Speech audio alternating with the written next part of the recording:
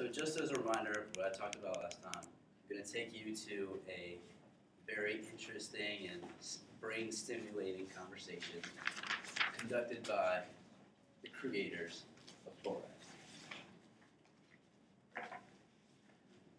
Let's talk about doctors. Does they have the right to end old people's lives? That's euthanasia. Why is it the responsibility of the euthanasia for killing someone else? Surely it's between that patient and the doctor. Euthanasia is the term that's used when you are killing. It's a nice word for killing. Well, whatever. You were saying that it's mainly Asian youths. No. Does you think that they're responsible for this? You don't also agree with Who's him? responsible for it? The euthanasia. I think we're getting confused here.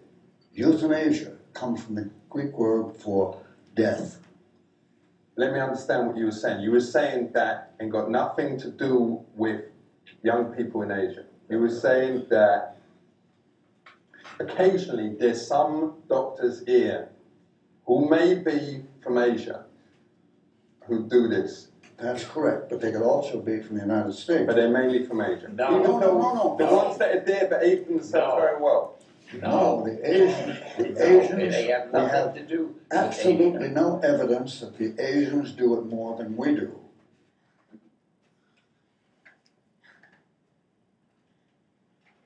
All right. So they made, kind of a joke out of it, but death is really not a joke. And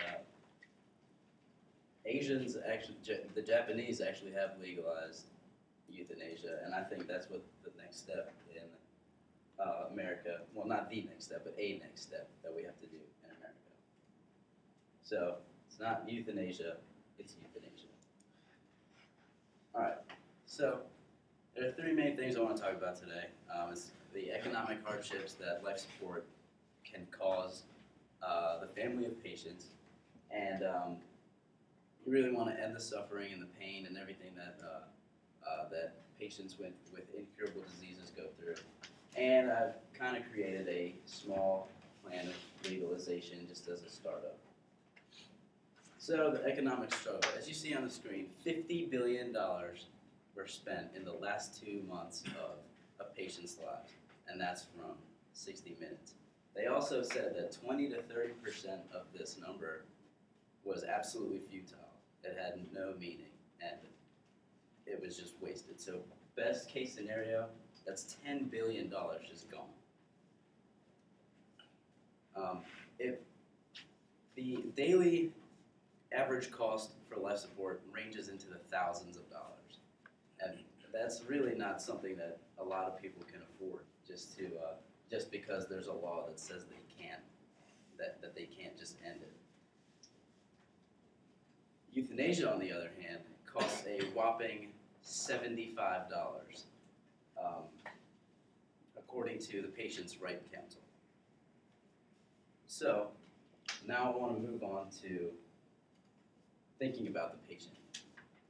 When the word euthanasia is not used in the Gallup poll, 64% of Americans say that euthanasia should be legal if the doctors have the consent of the patient or the consent of their families.